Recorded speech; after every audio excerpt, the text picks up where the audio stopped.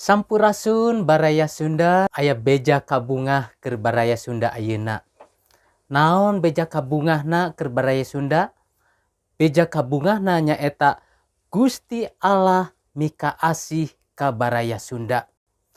Kacida mika asihna Allah ka alam dunya nepi ka masihkeun putra tunggalna supaya sakur anu percaya ka Anjeunna ulah binasa tapi menang hirup anu langgeng.